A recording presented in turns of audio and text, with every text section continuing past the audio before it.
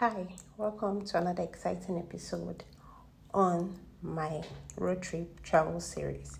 If you are just seeing my video for the first time, please hang around. Today, we are leaving Poland. Like I said earlier, if you have not seen any of my videos on this travel series, please try to check the previous two episodes.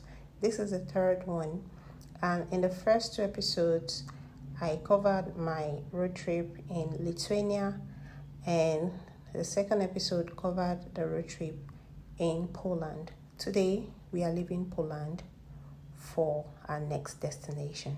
It's our fifth day driving around Europe in our car, and we started our journey from Tallinn in Estonia to Vilnius in Lithuania to Warsaw in Poland, and today we are leaving Warsaw for Hamburg in Germany.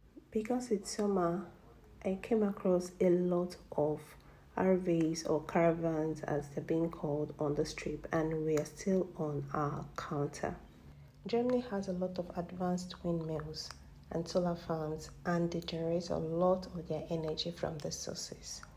I did lose count of the number of windmills I saw on the strip, most of which didn't even make it into this video. It was a 9-hour drive from Warsaw to Hamburg. We had to stop to refuel both our tummy and our tank a few times. Do not forget we're traveling with our kids, and we also used this opportunity to stretch our legs. We came across a couple tolls. They were not so pricey, but the journey was quite draining. Remember, I said it was a 9-hour drive. As we drove on this journey, I couldn't help but notice the number of haulage trailers on this road. They were a lot. And this is Gigafactory, Tesla's first manufacturing company in Europe. Germany as we know it to be today has gone through several evolutionary stages, and we cannot speak about Germany's influence, its role in shaping Europe and the modern day world without going back to where it all began. First, let's eat before we dive into this history. One of the few downsides to a trip like this is that you have to eat out of boxes every time. Well, we had our meals and set out of that place in no time. And before we knew it, we were already in Hamburg. Welcome to Hamburg, Germany. It was raining heavily as we drove into Hamburg. Hamburg is Germany's second largest city, after Berlin, of course, and one of the most important port cities in Europe. It happens to be one of Germany's greenest cities with numerous lakes and parks. One thing I didn't know was that Hamburg is a hot touristy site in summer, and it is usually so hard to find accommodation this period. Here is a window view of our apartment. The interior of this apartment was not looking bad, but it was a very small apartment. One could hardly find legroom, not to talk of the kids having space to play. But that was all we had, and we just had to work with it.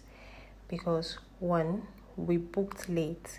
We started looking for apartments whilst we were on our way to Hamburg, not even before we left Poland. So if you ever come to Hamburg in summer, please make sure to book your apartment way ahead of time. I also forgot to tell that this apartment was very pricey. Guess how much you paid per night for this apartment? Germany used to be home to various Germanic tribes during the Roman times. And in 962 AD, the Holy Roman Empire was established by Otto I. This empire lasted until the early 1800s, though it was a loose collection of territories and not a centralized state. It was ruled by princes, bishops, kings, and all of these under an emperor. Germany has an efficient public transport system, and what other way to be a tourist than to make use of these means of transportation? Germany was world power until it was defeated in World War One, and harsh penalties were imposed on them, which led to political and economic turmoil, and that paved way for the rise of Adolf Hitler and his Nazi party. He took power in 1933, which is just less than 100 years ago, and under his rule, Germany started World War II. And this World War II lasted for another 6 years, and under his rule, a lot of atrocities were committed, including the Holocaust against Jews, which happens to be one of the most inhumane things done to mankind in recent times. So we still are experiencing similar horrific events around the world right now. Quite sad. Anyway, we are at the bus station here and we're waiting for our bus. This particular bus takes you around Hamburg, and all you just do is sit in the bus and sightsee. You see everything you want to see around Hamburg. We took this option because we wanted to have a feel of the city and we had kids, so this was the best option for us to experience Hamburg without so much stress. So after World War II, Germany was divided into two: the East Germany, which was controlled by the Communist Soviet, and West Germany, which was under democratic rule and aligned with the West. Berlin Wall was built in 1961, and it served as a symbol of the Cold War division. But in 1990, after the fall of the wall and the collapse of the Soviet Union, Germany was reunified and became one. Today, Germany is Europe's largest economy and a global voice in politics, technology, and culture. It's also a founding member of the European Union, and it plays a key role in global diplomacy and trade.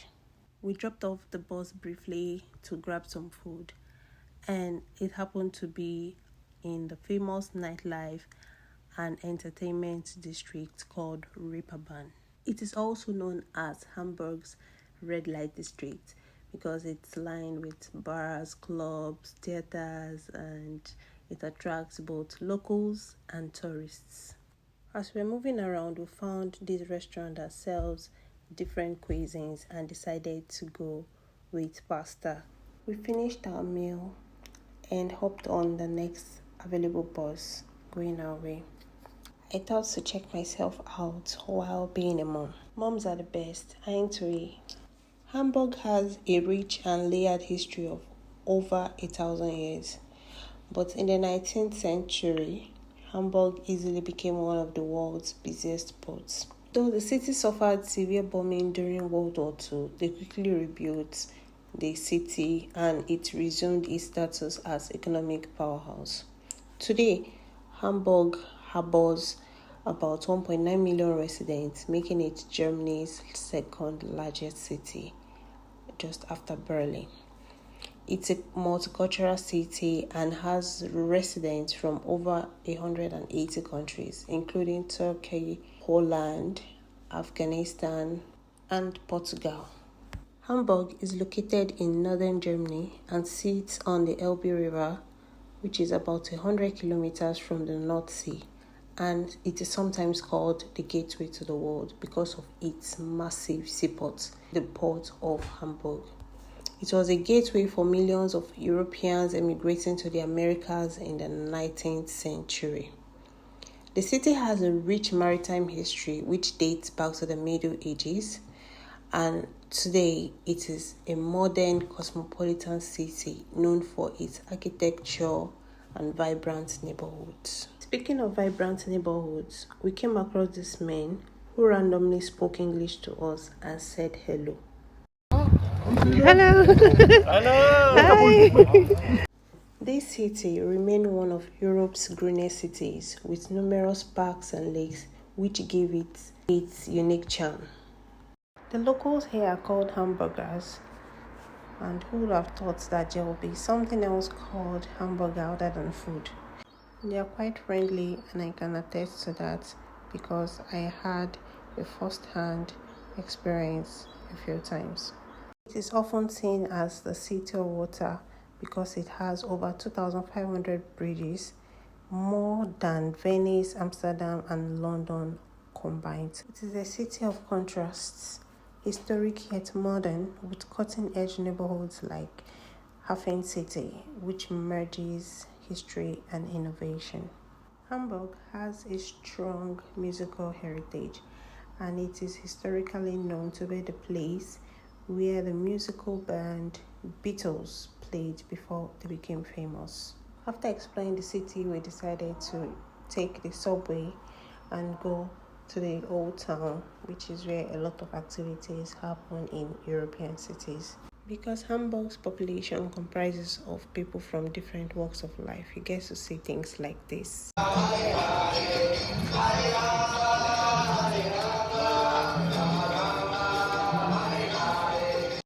There are Muslims, Christians, Buddhists, and people of different and varying religions. This place is called Neue Wall, and it is Hamburg's premier luxury shopping street. Located in the city center near the Ulster Lake and the Jungfernstieg Boulevard. It is home to international designer brands such as Chanel, Michael Kors, Rolex, including Montblanc, which is a German luxury brand, and its headquarters is right there in Hamburg. The street is known for its elegant storefronts, with historic buildings housing these stores.